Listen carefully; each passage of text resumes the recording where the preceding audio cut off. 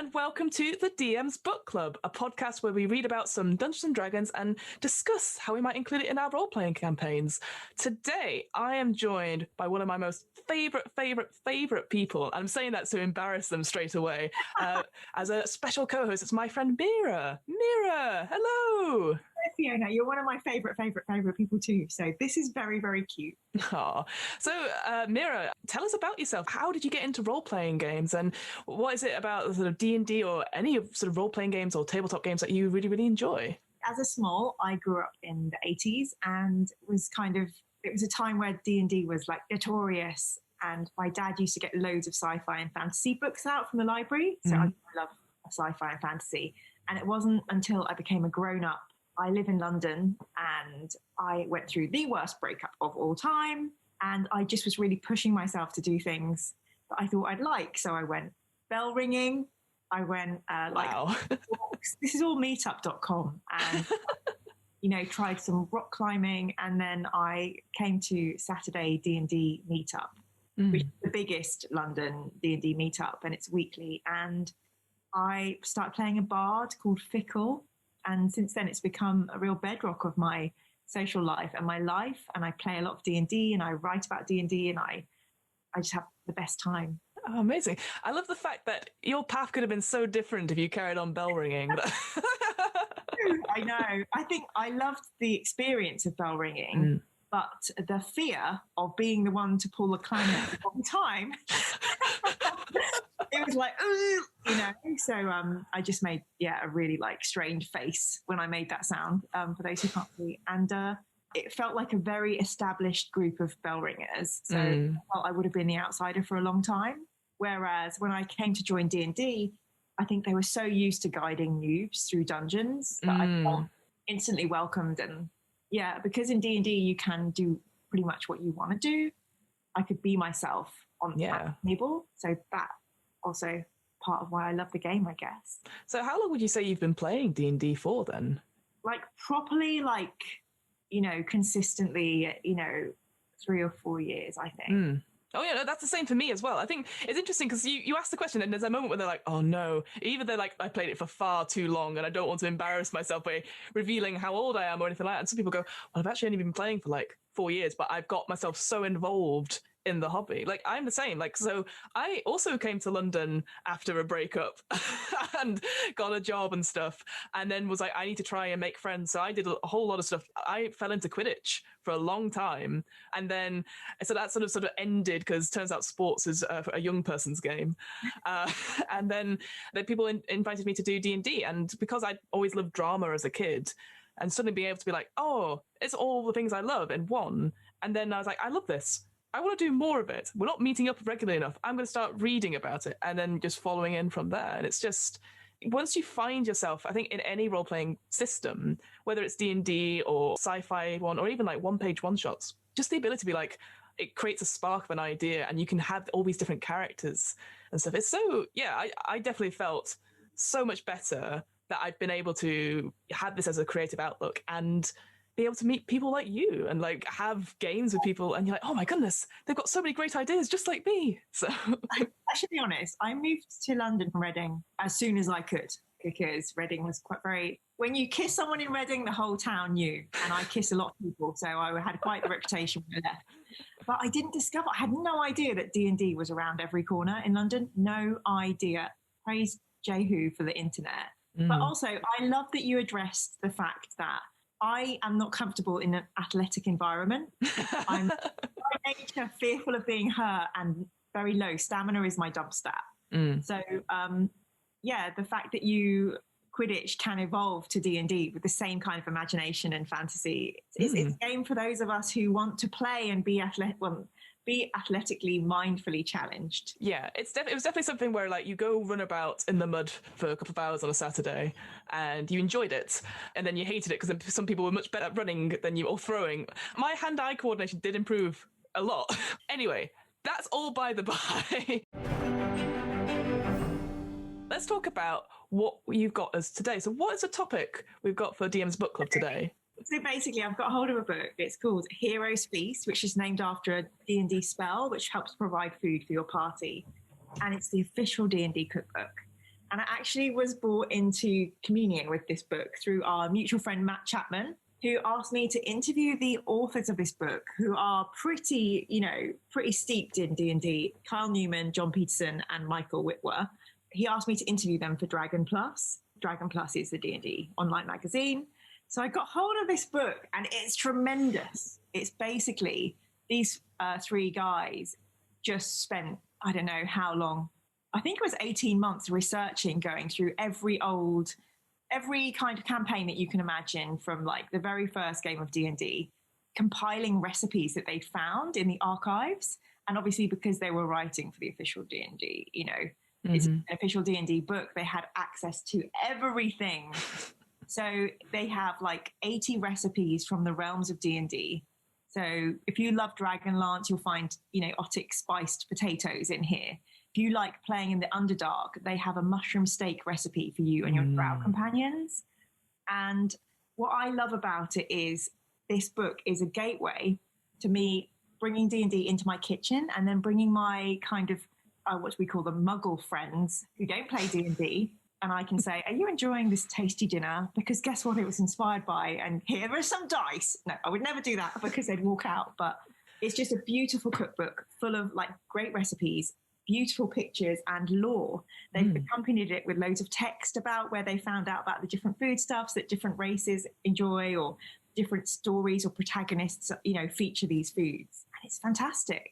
Yeah, I mean, like, so I only have the electronic version. My physical copy is still in transit. I was saying, you holding up the cover is so vibrant, and it is so thick. I didn't expect it to, because it's had 300 pages or so on the electronic ones, but just seeing the colours and because it's all, like you said, it's a mixture of illustrations, but also photographs. They've clearly staged some of the things and obviously the final recipes, and it looks incredible. Like, as with all cookbooks, obviously it's supposed to make you go, ooh, I want to make that. I don't know about you, Mira. I am not a chef. I can't cook for shit. Thanks to the pandemic, I've learnt how to cook basic things. And this is the thing for me. It's something, when I see a recipe, sometimes I'm like, there's so much to it. And what's interesting about these recipes is that it is based on equivalents here in the real world as well. Like, they've taken inspiration and flavored them, like you said, from all these different D&D worlds. But ultimately, you're like, this looks like this in the human world or whatever. Perfect. I can make this, and I can make substitutions and stuff. So I was like, so I was looking through them. I was like, I'm going to make this next week and this, that. So I'm going to challenge myself to make a couple of them in the next couple of weeks and see what comes about from that. Give us a big overview of the book itself. What is it that we would expect when we're looking into this book? So when you pick the book up, you're going to feel the weight of it. It's heavy. I would advise actually buying the book, because cooking from your phone or an iPad, I always think in the kitchen is a bit risky. Mm-hmm. So you'll get a beautiful introduction about how to use the book. And then it kind of explains to you that it's going to go through 4 different types of recipes. You can choose to be human, elven, dwarven, or halfling, or you can just mix it all up a bunch.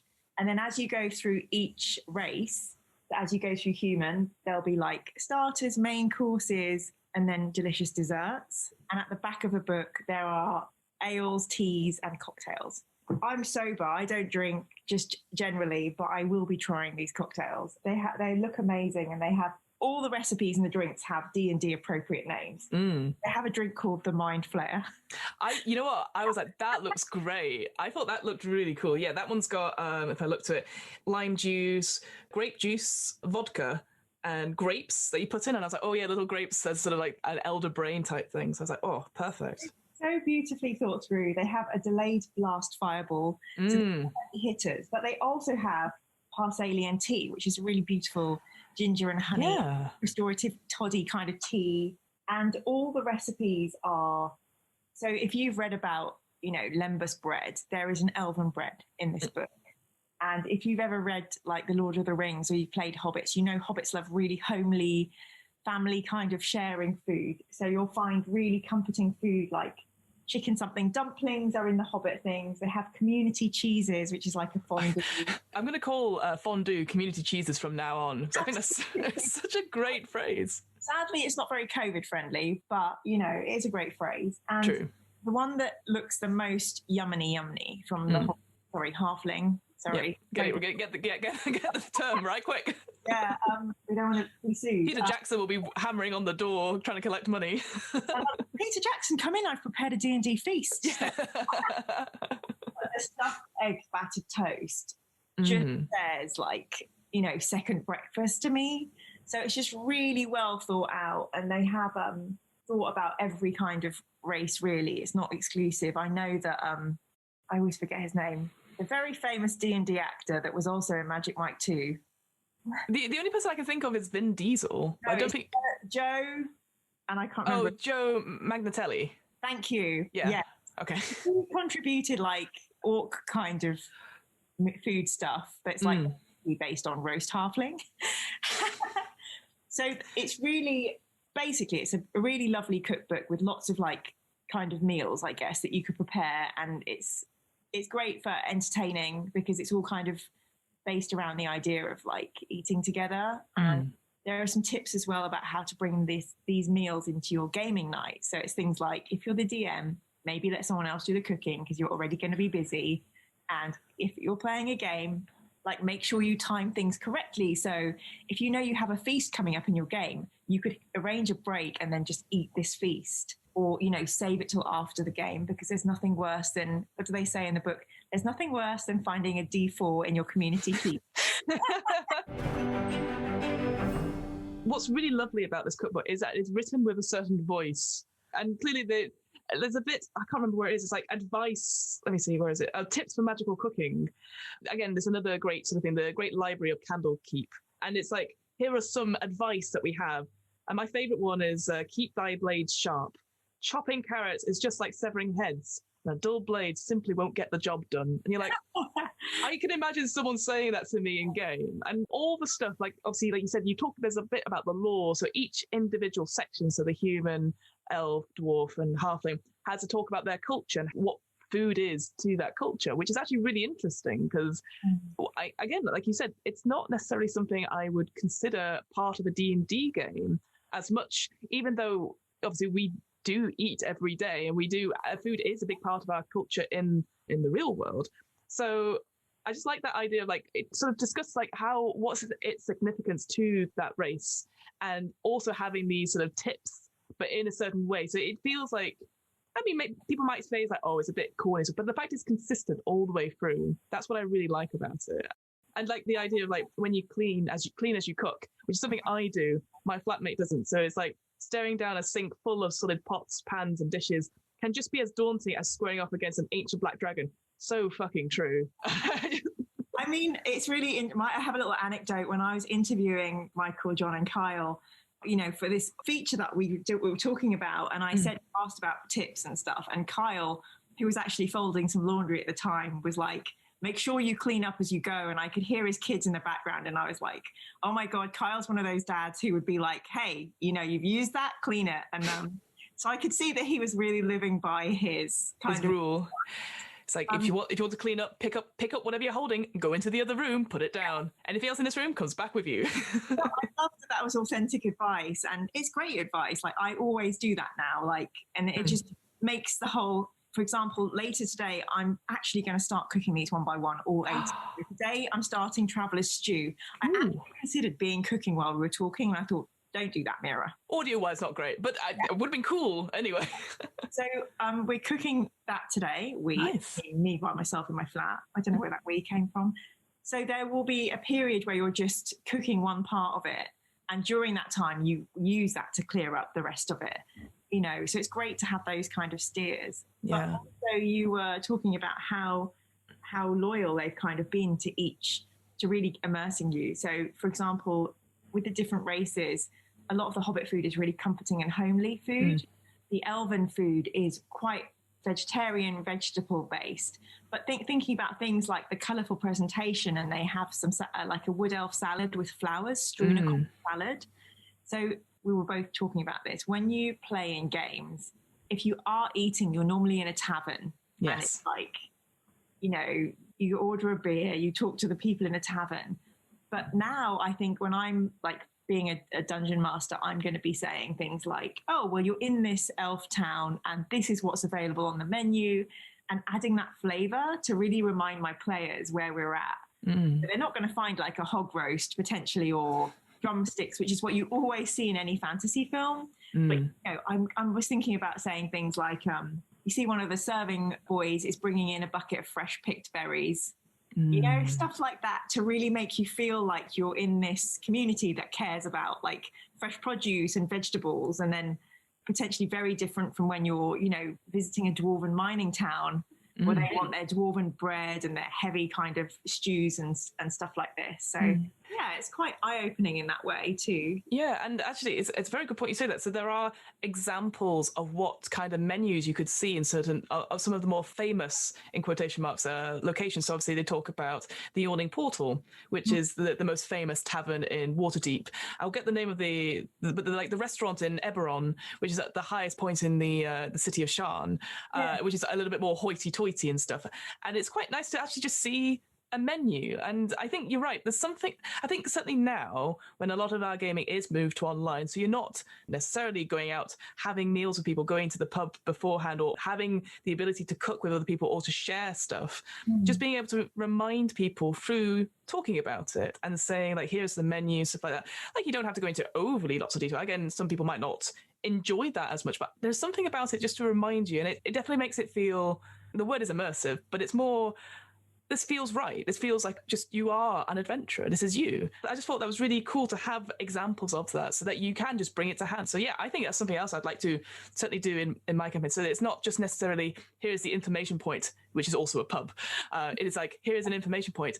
And as you're talking, you notice this and you taste this and all that sort of thing. I want to check, it's not the Celestial Vista restaurant, is it? That's the one, yes. Yeah, because I love it too. There's a beautiful menu in the book. I'd love to give you a page number, listeners, but you're going to have to find it. Yeah, it's buy your own book and look. Yeah, and it's the artwork and the different food that they put on the menu in this book is so beautiful that I think if you were playing a game of D&D and you wanted to have your characters go to this restaurant, you could easily show this to your players. And same with the Hobbit menu, the Halfling menus and the various races menus, because it's just the photos and the way they've done it.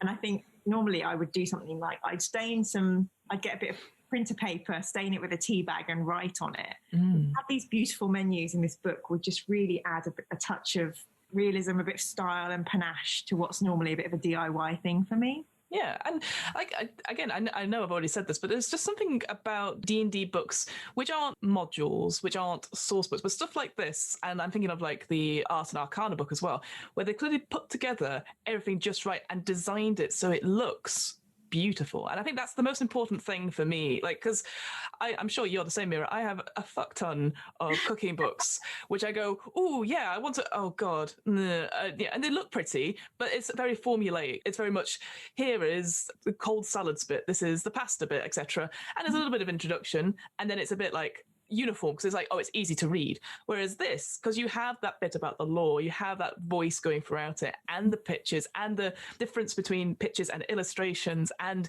like you said, the references to things. It's just, in itself, it's just a piece of art, I'd say. So you could use it as a cookbook, but equally just reading through it and just appreciating it. I'd highly recommend doing that as well. That's funny you should mention that other book, because guess who wrote that book? Same people. Same people. And it's just so lovely. They are so deliciously geektastic. And having been locked away in lockdown, I live by myself since June, you know, to open my Zoom and have this incredibly intense geek off, not even a geek off, just a geek appreciation mosh together, talking about these recipes and the research that we've done was so lovely. And being on my own, you know, being able to play less games, kind of being in the kitchen, having a fantasy D&D cooking experience, it does feel more special and more fun than I'm just cooking to live, to sustain myself, you know? Yes, this is functional and I will probably be very sensible and free some of it. And, you know, but, you know, you're reading the lore around it, you're chopping it up, and it's just much more fun. It's being excited to try new things. Because that's the thing I've discovered in lockdown, is that and maybe you're the same as me, like when I was at work and I'd be out quite often, I'd be like, I'll just buy something. And it got to the point where it was just mostly meal deals, which I know is not great anyway. Or it would be like sushi or something like that, which it's fine. But there is something amazing about making something, and it might not look the best. It's not Instagram worthy, but I've made this and I've spent time over it and having that passion about it. So that's why when you were talking about like a geek off, yes, but at least people are passionate. And that's the thing I do miss. And I don't know how you did it with when you played in person. So when we did our D&D games on a Monday night, everyone goes to this person's house and then they would make the food. And it was not like lots of homemade stuff, but pizzas and stuff like that. But the act of like having food together before we start was such a lovely thing. And I do miss that quite a bit. So having, again, that idea of planning ahead, maybe having certain breaks in the game or something like that, I can't wait to try that in a real game and get everyone to bring like a potluck sort of thing. That'd be awesome. That'd be lovely. I mean, I'm excited at the prospect of cooking for people again. I really love that. And I really relate, Fiona. I used to hate cooking so much. And I actually had a boyfriend. He hated cooking as well. And then when I started getting on my love of cooking, I honestly can't tell you where it's come from, but I think what it is being in lockdown and wanting to do lots of self-care and self-love and thinking, okay, you're going to be at home. The recipe says 40 minutes. You and I both know, Mira, this is me talking to myself, it's going to probably take 2 hours. But I put my laptop on in the corner. I will watch a RuPaul's Drag Race or a Real Housewives and just cook. And, it doesn't feel like a chore anymore. But that did cause issues because, I would then be like trying to cook something and then having a boyfriend who wasn't really that much of a foodie, was not that impressed. And then, it just was a bit of a disparity. But I think the reason I didn't like cooking, and this is getting deep for a second, is when I was little, my mum did all the cooking and she would call me to help, but I would always be in trouble. I wouldn't be doing it correctly. She wasn't very patient and then I'd have to go away. So I never felt like I was welcome or confident in a kitchen. I didn't feel it was warm and inviting, and I felt quite incompetent. Everything takes me ages, chopping used to take me ages. I'd get bored. So I kind of realized I was going to reframe it. So having a laptop on or a podcast on was something that I love and is engaging. But be very careful, kids, while you're chopping if you're doing that. Yes. And making this environment where I was like just happy to be in the kitchen and doing it on my own. Because I felt when I had a boyfriend, I felt embarrassed because I don't know, it was just so strange. I felt very self-conscious because I'm not, cooking for him and being not great at it. So this time by myself has been, I even found this really ancient Delia Smith cookery book in 1978. And I remembered that being in my mum and dad's house. Stole it from my mum and dad's house. And I cooked a recipe from Delia Smith's cookbook. And it's just given me this sense of, Mira, if you want to cook yourself a nutritious meal and look after yourself, you can. It's one of the things you've ticked off your list. And every time I kind of learn a new skill, it's because I wanted to do it for myself. And it pleases me and makes me feel like I'm looking after myself. So having this D&D cookbook, I almost feel like, in a way, it's the universe going, well, you got yourself onto basics and now you enjoy it. Now have this like super fun book that's aligned with your interests that your friends are going to really dig when you cook for them eventually. No, I had this exact same thing over Christmas. So my partner came to visit because he's an American and stuff like that. And of course, then we were inside. And it was the first time I've ever properly cooked for him. And this was obviously in the pre-times, we both we'll get meal deals because he bloody loves Lucozade. It's really weird because they have Gatorade in the US, but he's like, Lucozade is something different. So we'd always used to go and do that. But then obviously we were like, okay, we can't do that. So we need to get food in. We need to make sure we have all that sorted. So, and one thing we've been doing in lockdown, me and my flatmate, is that every Sunday we do a roast in quotation marks. So he will pick something, do it for both of us, and then the next week I will do something. And again, there was actually the challenge of like, okay, I want to try cooking, but also for me, because I'm trying to be a bit more like, I say, experimental. I want to try more foods and try different things. It's not just a meat and 2 veg. So I try to be more flexitarian, try to be more vegetarian and stuff, and look for recipes that I would be like, oh, let's try that. And it's been fairly, up and down success. There's been some where I've gone, this tastes rubbish, but it's okay. I know that now. But when we got to Christmas, I was like, all right, I'm going to try and do a vegetable Wellington. And that's like, for me, that's like really loads of levels to it. And I was so worried because this was the first time not only was I cooking for my flatmate, but for my partner as well, which I've never really cooked for. And it was a partial success. It was a beetroot Wellington. So the inner core of it was obviously it's not meat, it's beetroots. And both my flatmate and partner were like, well, we enjoyed most of it. And then they'd left a huge whole beetroots on the thing. I was like, guys, you got to eat the whole thing. Like, oh, no, we don't like beetroots. I was like, no, I don't like beetroots, but I'm going to eat it. Oh, I mean, isn't that funny that whenever you do a Wellington, the pastry always goes first? The pastry is the best bit, right? Agreed. Yeah. I'm proud of you. I mean, that, and I love that you kind of understand that experience of like the nervousness. And I remember, I cooked this meal with gnocchi and it had peppers and rosemary, and my partner at the time didn't like peppers, so he kind of very politely ate around it. I was just like, oh, I felt very guilty actually. I was like, I should have picked up on that he wasn't going to like that bit. But I guess it depends. Like for me, I love trying. I'm trying to force myself. So I'm not a big fan of bell peppers myself, but I will always, if it's in a meal and someone's cooked it for me, I will try and eat it because they've done their best. And I think there's that thing as well as like, I worry that it's not enough food. And I don't know if that's just because, again, like parents, like make sure you have enough food. And I'm like, yeah, but do they have enough food? And then they're like, oh, no, this is plenty. And you're like, oh, they must hate it then. It's a tiny plate.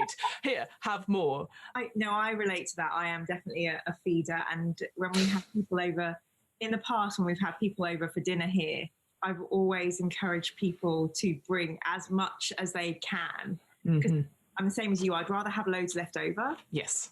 I think, with the Heroes Feast cookbook, there are some great options for mains, and then there's loads of like snacky things as well, and the puddings look really good. If I was going to do like a D&D night, I might prepare some of the snacky things, the day before, and then the next day do the main cook. Definitely. And also you need finger foods that you can eat while you're playing. And it has popped a few of those in and recognises that. They're like, maybe don't try the stews while you're playing, but if you'd like to, we pop these bits in. And I also quite liked how they were, it's an alternative to crisps. That's definitely for me is a big staple of D&D games is a fuck ton of crisps. So you have like the little I can't remember what they're called, but the little elven sort of like almost like fig balls, essentially like energy balls is what I'm like, those would be perfect. I think also as well, all the snacky type foods, they're not too crunchy or snappy. They're like little munchy, so it's very quiet. So I was like, they've clearly planned that. So true. I mean, like D&D is rife with like Cheetos and Mountain Dew and all the bad snacks. Like when I would go Saturday D&D, I'd have like a bag of Maltesers, a bag of Doritos, which I still am looking forward to. I'll post it. Agreed, but also yeah, this is another way.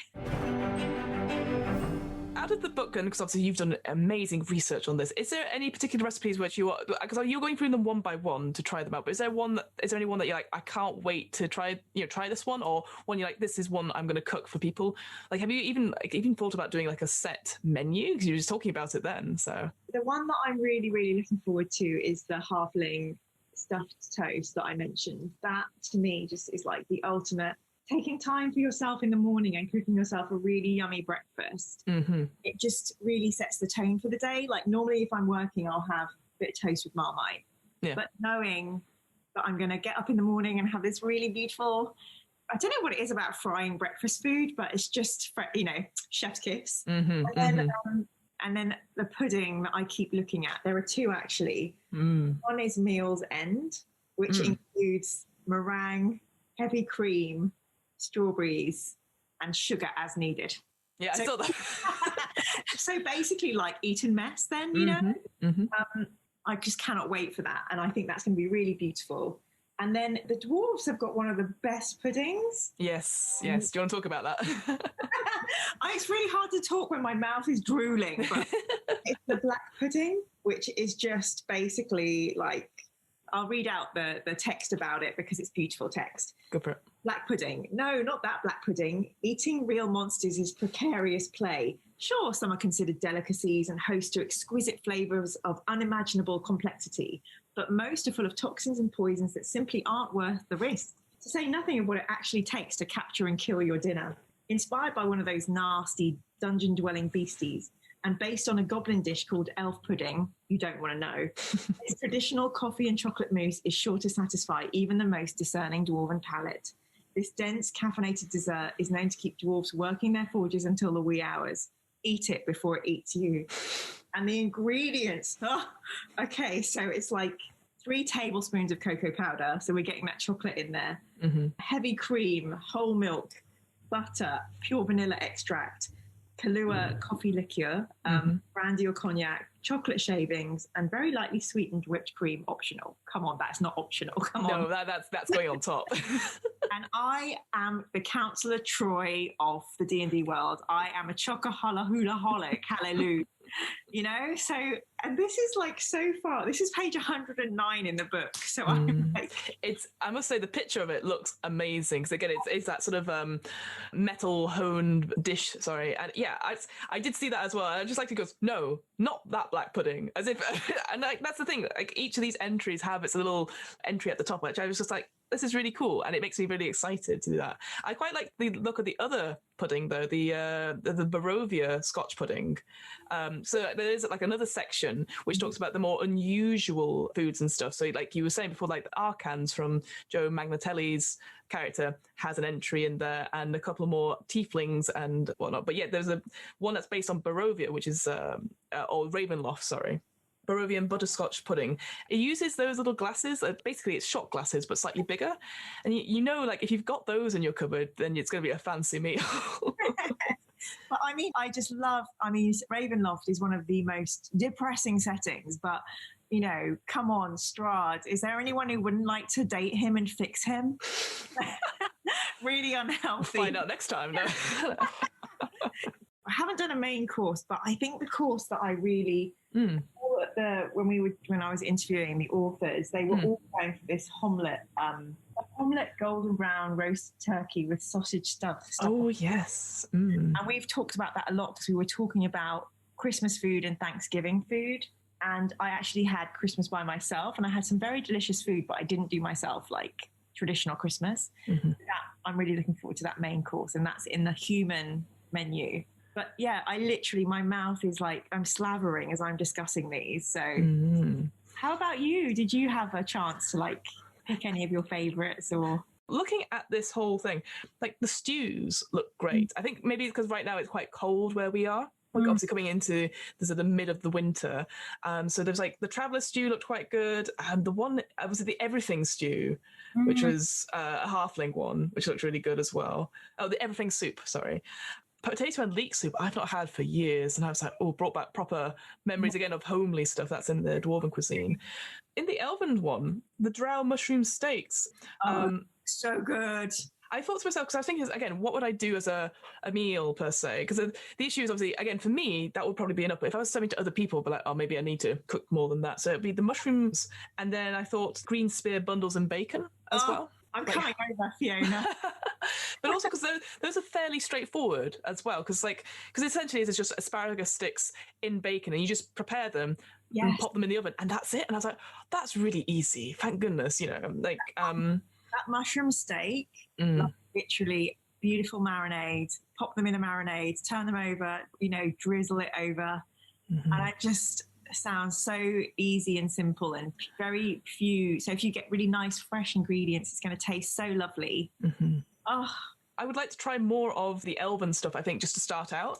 I think for me, because I always get meat wrong, which I know sounds really weird, but I think I want to try different spices or different textures or different kinds of things which don't necessarily rely on meat and meat juices and stuff, which is fine. Like I tell you, the best thing I have made last year was a slow cooked butternut squash chili curry, and it had pomegranate seeds on the top. And honestly, I made it 3 times. It was so nice. You need to send me that recipe. I will send you that recipe because I really, really enjoyed it as a result. And because I used to not be a big fan of butter squash, mostly because it was really hard to cut because it's a weird shape, and then you have to obviously peel it, cut it, de-seed it. There's a lot of bloody effort. And then eventually I was like, actually, it is really easy. I just need to get on and prepare it much earlier and then not add into the cooking time. So yeah, and if you go somewhere, you know, go to supermarket, they have ready chopped, which is like a lifesaver. Oh, thank God. I reckon that might be a halfling recipe because that's comforting. It was very homely. Is there anything in this book that you think, oh, I wish they'd done this, or I wish they'd improved on something like that at all? Or anything you would change?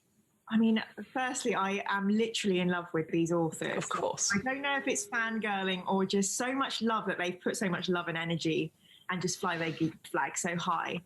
I do think what would be really cool is like a whole book of like D&D snacks, like cookies, like we were saying, like toasted chips, stuff like this would be really, really cool. I was thinking I would love a whole book of dessert. I'd love a whole book of cocktails and drinks. But some of the recipes are quite involved. So I've bought a food processor, which I would have never owned before. Wow. I know. That's one step above me. So yeah. I bought like the cutest, littlest food processor from AO.com. So what I really, when I started cooking, I bought a series of tray bake books. They're very famous. Loads of people from my work have got these books, and they're basically beautiful, gorgeous recipes, and everything goes into one baking tray. I'm just going to quickly look up the name, yeah, because they're so great. And that just took all the scariness out of cooking for me, because all you did was prepare the ingredients and put them in one tin. And sometimes I think when you're having to like, first you fry something off, and then you have to kind of like rinse and chop, or make a puree or blend something. When there's like, basically I start to struggle when there's like more than 2 or 3 hobs have to go on. Yes. And timings. Yes. I'm not great at timing. So where, this woman has just brought these tray bakes together, like literally been life-changing. And I have all her books now. So her name is Rukmini Iyer, and so anything D&D based that could be done in one tray, that would be really handy for me. But having said that, this book is making me aspire to and commit to more skills. So I completely agree with you. There's something about when you see a recipe, it goes, okay, whilst that's cooking, do this. And yeah, maybe it's just because it's like there's so much fire on the hob right now where something goes wrong. And I think, again, going back to washing up, if you're not washing up as you go, the idea of cooking is obviously the meal at the end tastes good and you enjoy it. If for whatever reason the meal tastes rubbish, you're then faced with the punishment of cleaning up. That's why obviously we like eating out, isn't it? We're like, oh, well, I had this meal, but at least I don't have to clean up afterwards. It takes that going out of it. So I think that's the thing for me, would be like, I would love it if it's just like, here is a one pan book. And I hope that's what they're going to do in future, is like you said, they're going to make it like the next volume is just desserts or just snacks and stuff like that, because I think there's definitely a market here for that. And like even like one more aimed at children or kids, are like how to bake this, perhaps, for sure. I definitely know they're doing another thing together, because they were like alluding to our next project and they wouldn't tell me what it was. So I'm really hoping it's another cookbook. That would be awesome. I mean, being a person by myself, it's not a lot of mess, really. But, I do sometimes think, I wonder what it's like to have a dishwasher. I guess that's the thing. Like, I'd love to do like a come dine with me, but it's all D&D themed. Like, again, in the times when we can all go around to people's houses and stuff, because you always see them cook in the day and stuff, and then you never see like the washing up they have to do afterwards, because clearly they've just gone pan, quick, and moving things around. That's what I would love to do. Obviously, assuming that everyone who's plays in your group is living within certain distance and stuff and is happy to do this. But the idea go, okay, on Monday we're going to go to Mira's, and here is Mira's menu, and then we all go, okay. That would be so fun. Oh, I'm really looking forward to those days. Me too. I think the only thing for me that I would love to see, because obviously a lot of the campaigns that they use, we got Greyhawk, we've got Eberron and stuff like that, and it does say like, oh, a lot of this world is inspired by medieval Europe or Britain or stuff like that, and very westernized. So you when you're looking through it, you go, oh yes, here's the salmon, here's like your burgers, here is like this. I'd love to see more curries. So I'm a big fan of curries right now, and I'd love to see more of maybe an Eastern influence in future ones, for sure. Just because I would love to expand my cooking as well. Yeah. Because I think some of these do feel like staples. Like once you cook this, then you can just add this on afterwards. In each of the recipes, there's like cook notes at the end. So it gives you advice on what to do. Or if you don't like this, substitute that, which again is very, very helpful. I just would love to see like some basic curries. I think the only one I saw was like the chili is the only one that I would see as like, oh, a little bit curry based. But other than that, I really enjoyed it. Yeah, I mean, I definitely don't have the extensive knowledge that, many D&D geeks have, but I would imagine that like kind of more Asian or African influenced settings that were fairly problematic if they were written in the 80s. True. But I actually don't know anything about that because it's a very westernized hobby, isn't it? A lot of it's written by people in the West. So that's really interesting. But you could definitely, like when you're making up, so what I would love to kind of do, I think, when I'm kind of making my own recipes, like bring together like maybe a Thai green curry and call it like, you know, a green, this is so unimaginative, but like a green dragon curry, or bring in D&D elements, but I'd love to know if there were any backgrounds or campaign settings that kind of included that kind of food. I guess Coriolis, which is sci-fi, which is not D&D, that's very much set around like kind of Persian, Moroccan, those kind of influences. So yeah, maybe there should be a Coriolis cookbook or something. Yeah, I think this could open the way for quite a few RPG books. Like I was thinking of The Expanse was the other one, because they've got obviously the Earth, Mars, and then the Belters. Oh, and yes, I was watching that. No, I haven't. My flatmate told me a little bit about it. It's on the list because I played the game now, and I really enjoy the RPG. I love the world of it, and like this almost like Cold War element of it. I'm on episode 1 of The Expanse. So. Oh, you again slightly ahead than me. Well, it's because we had a discussion with because Fiona and I are in D&D group called Pantheon, and the boys were discussing it in the group. So we were like, oh, we better get on that. Yeah, we can't have them knowing more than us. Definitely not. I think definitely this is like the first step in probably a whole series of books, and I hope that they do expand the recipes and stuff. They could also explore, like, you know, I would love to know what Celestials eat. Like probably Angel's Delight. Oh yeah, I literally was thinking Angel's Delight is most. But, you know, and then if you wanted like, you know, hot food, like chili and spicy food, you know, what do they eat in like, you know, the hell dimensions and demons, and, you know, what do dragons eat, you know? Yeah, get away from sort of the playable races, but actually look at the more monstrous races. That'll be, yeah. Oh, you could have stuff like, what do Kenku eat, or what do furbolgs eat? Yeah, that'd be really cool, actually. Yeah. What does a gelatinous cube eat? Everything. Yeah. What's in my way, I will just absorb that. Yeah, I think the only other thing I was going to mention as well, so because you mentioned it very briefly, the drinks as well. So quite a few of them are alcoholic, but mushroom tea, I've never heard of that before. I haven't either, but I mean, you know, the drows, they pretty much live on fungus. If you live in the Underdark, good luck getting anything other than fungi. And again, I just thought that was such a cool thing to try. Ironically, it won't be everyone's cup of tea, but... Very good. Thank you. But I was just like, you know what? That's really cool. Like, again, so that's something I've not experienced from Western cuisine, but I thought, actually, maybe I'd try that. It might be an acquired taste, but I was like, that sounds really awesome. Yeah, shiitake mushrooms, soy sauce, salt, sake, and scallions. Oh, and dried kelp as well. You want to read the description out just because it's quite lovely? Yeah, sure, I'll go for it. When the half fire dims in the Underdark, the drow are known to reach for their kettles, not to make any herbal tea, but instead an after-dinner broth of simmering mushrooms. If they can find them, the drow prefer masaku. Oh, words are not my strong point. Or fushitaki, or you made me do this so you didn't have to do any pronunciations. I knew it. I would those pronunciations as well. Matai will do in a pinch.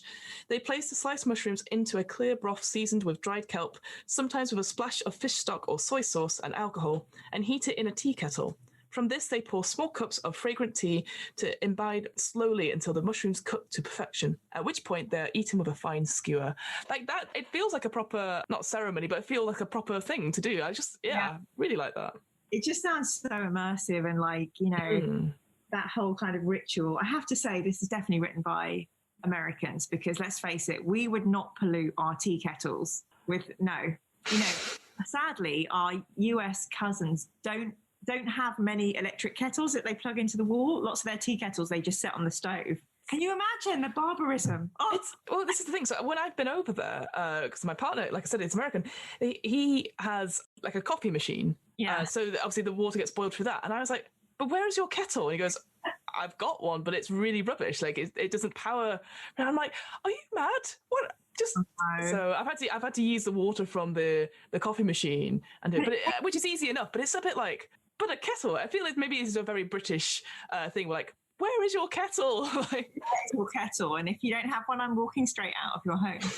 But that was the other thing I experienced with this book. I'm learning to convert from US measurements to UK. Luckily, I have a set of measuring cups. My friend taught me years ago, which is cool because less weighing, that's fine.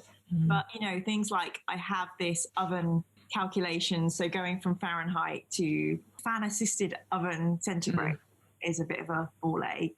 And my scales are not in the same measurements that they have in the US. You know what? It would be nice if they had a page at the beginning which had the conversions for you rather than you going to look it up. So maybe, again, that'd be something you'd improve upon. But again, and this is, again, my ignorance as someone who doesn't cook that much. But is it just those two are the standard set of measuring things, or is there like a more, I guess, other than like a pinch of this, a handful of that? But because I don't know, I've always measured things in grams and like tablespoons and stuff like that, not cups. No, I think I got really into this series of detective books, and the hero was called Goldie, and she was a caterer. And that's when I first realized, because it was an American novelist, that the Americans had different measurements. You know, cups are very prevalent, and yeah, I'm the same. I'm grams, kilograms, and, you know, degree centigrade, and then the US is completely different. Don't ask me about anywhere else, but no, I don't know myself. Again, it's that sort of thing where it'd either be nice to have books that are regionalized, which I know is not a word, but like, oh, in the UK, here are the UK measurements. I guess they didn't know how successful the book was going to be, but if I was like an editing author, or if I worked in a publishing house, I would definitely do a UK edition and a US edition, because I know Witwer Coast is a US company, but I reckon with Critical Role and the internet just going mental, there must be so many fans all over the world. I would have done a UK version. There is a little part of me, again, a very first world problems that wishes that there was, you know, they had like the correct putting U into things. So like colourful has a U and all that sort of thing. And when you read it on the D&D Beyond, then it's not right. And you're like, I wish there was a button that could just switch it to like UK grammar. Strange. I mean, when I write for Dragon Plus, I think, should I be writing American? So I just write in English. And I consider it Matt's magazine, so he can write it in whatever language he likes. I wonder if there's someone there going, oh, and then the editor is like changing all Takes my out. get all these views out. Yeah. The sort of final question I have for you, Mira, is there something that's similar to this that you would recommend? Any other cookbooks? Obviously, I know you talked about D.D. Smith, or any sort of D&D stuff that you would recommend? The beauty of this book is for me, I think it's completely and utterly unique, and it's something that everyone wanted but didn't realize, you know, now it's here, we're like, yay. So I think it is utterly unique. But one of the things I highly recommend is, if you find a novel or a book with a recipe in there, just trying to make it for fun, because it really adds to the immersion. And books are a joy, right? You open them and step into another world. So when a book offers you something back to eat and consume that's delicious in your world, take it and run with it. And I think for people who are listening to this who love D&D but hate cooking, that's cool. You do you. So if Fiona and I can learn to slowly cook and find ways to enjoy it, potentially you might find that too. But if you don't, that's fine. Absolutely agree. Like, I think, if anything with this book, I know we've talked about this all the time, but it makes me excited to try and cook something for other people before we play a game, and like bring something and encourage that potluck-esque type thing, and like say, okay, you're in charge of desserts, you're in charge of this, you're in charge of this, and experience it, because then it does feel more of a collaborative effort, like, and sort of reenacting that, oh, we're now at base camp, etc. Here's what we're sharing and stuff. And there could be people out there who love cooking but aren't fussed about D&D, and like, certainly, obviously, I've got friends whose partners are like, okay, but you know, you'd want to include them in some way. So maybe a way to try it, and like, if they're into cooking, or try and get this new skill, and then eating it as part of an immersive experience would be really cool. So I don't particularly have any cookbooks I would recommend as a result, but I give it a go. If worse comes to worse and it doesn't taste great, don't use that recipe again. There's 80 of them in here, so that's it. That's our time. Thank you so much, Mira, for introducing me to the worlds of Heroes Feast. Like, this I can't wait to start cooking. I can't wait to see your results as well. I hope you put them somewhere I can see them. Yeah, we all have to swap pictures of our cooking. Before we go, is there anything you'd like to plug? Anything you're like, this is me, come find me here? Any, I don't know, Patreons or anywhere we can find your work? I can be found pretty much anywhere on the internet. My username everywhere is Mira Manga.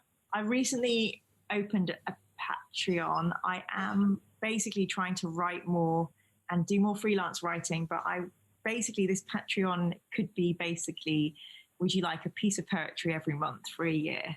And then other fun bits and pieces. So, potentially, do you need me to help you write with greeting cards or letters or, send some loving sentiments? I'm happy to help with my writing skills. So that's a new thing. Patreon. You may or may not see it because I'm quite shy. But yeah, and I also Twitch occasionally. And my Twitch name is Mira Manga. But yeah, a follow on Twitter kind of means a fairy doesn't die or something. So yeah.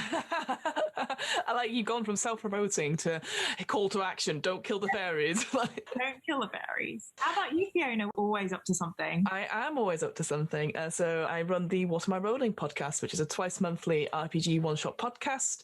As always, it's going very well. I always say that every time I end because I panic because I get to the end and go, there's something. We were talking about it just before. I've just finished editing the rest of 1,000-Year-Old Vampire because I did a live stream of the first part for Dragon Meat, which Mira, you kindly asked me to finish out on the podcast zone on. I highly recommend if there's a way you can still watch that. I had no idea about that game until I watched you playing it, and now I've literally paid for it because of Fiona playing it. So definitely listen to this coming up. So the live stream one is available on the YouTube still, the YouTube channel. But both parts 1 and part 2 will be available as audio in the next couple of weeks. I did an interview with Mikey Ham, who is the person who made Slugbuster, which essentially is teenage hoverboarders who go out into other dimensions. Think Back to the Future meets Big Hero 6, that kind of deal. It's quite cool. And finally, actually, I just finished recording a one-shot called The Land of Eam, which, Mira, I think you would really like. So it's based on a series of comic books called Rickety Stitch and the Gelatinous Goo. And it's about a bard skeleton who's trying to find out why he is as he is, and his companion, Goo, is basically, think of it like Lassie, where Goo will say something, goes, "What's that, Goo?" Oh, and because you're here as well, Mira, we hopefully in a couple of months we've got our project, we've got Pantheon coming up. Yes, very exciting. So this is me, you, and our friends Matt, John, and Dee coming together to do a massive campaign in a world we've built, and each one of the 5 of us gets the chance to be the DM. Mm-hmm. So we take 4 levels each. And yeah, we take our party through those adventures together. The other thing as well, what's been really cool is that John's partner has created the map of the world, which has been really exciting to see pictures of. And then we actually got a physical copy of it in terms of a roll-up dice bag. I think you had the same reaction that I did, Mira. It was like, oh my God, something we've created is on merch. We make this map, and then Jude puts it together, illustrates it beautifully, and it becomes, thanks to All Rolled Up UK, like a amazing D&D dice and pencils bag with our map on it. Yeah, I honestly cannot wait till we start. Because again, we're still in the pre-planning stages, getting stuff up. So you've got your one shot coming up as well, Mira, in the next week or 2. Don't worry, it's not this weekend. Don't worry. I'm the weakest link, so yeah, I'm sure that is not true. I expect our one shot just be about cooking, by the way. I'm just so excited to be a part of it. And if anyone listens, that's even better. But mostly, I just can't wait to play with people who are so creative and so different. You know that as soon as bans are lifted, we're travelling to John and Jude's, we're staying there for at least a week, and we're playing with John's swords. Yep. No context needed. Great. Well, thank you so much, Mira, and we will see, speak, talk to you next time. Thank you so much. Bye. All right. Bye.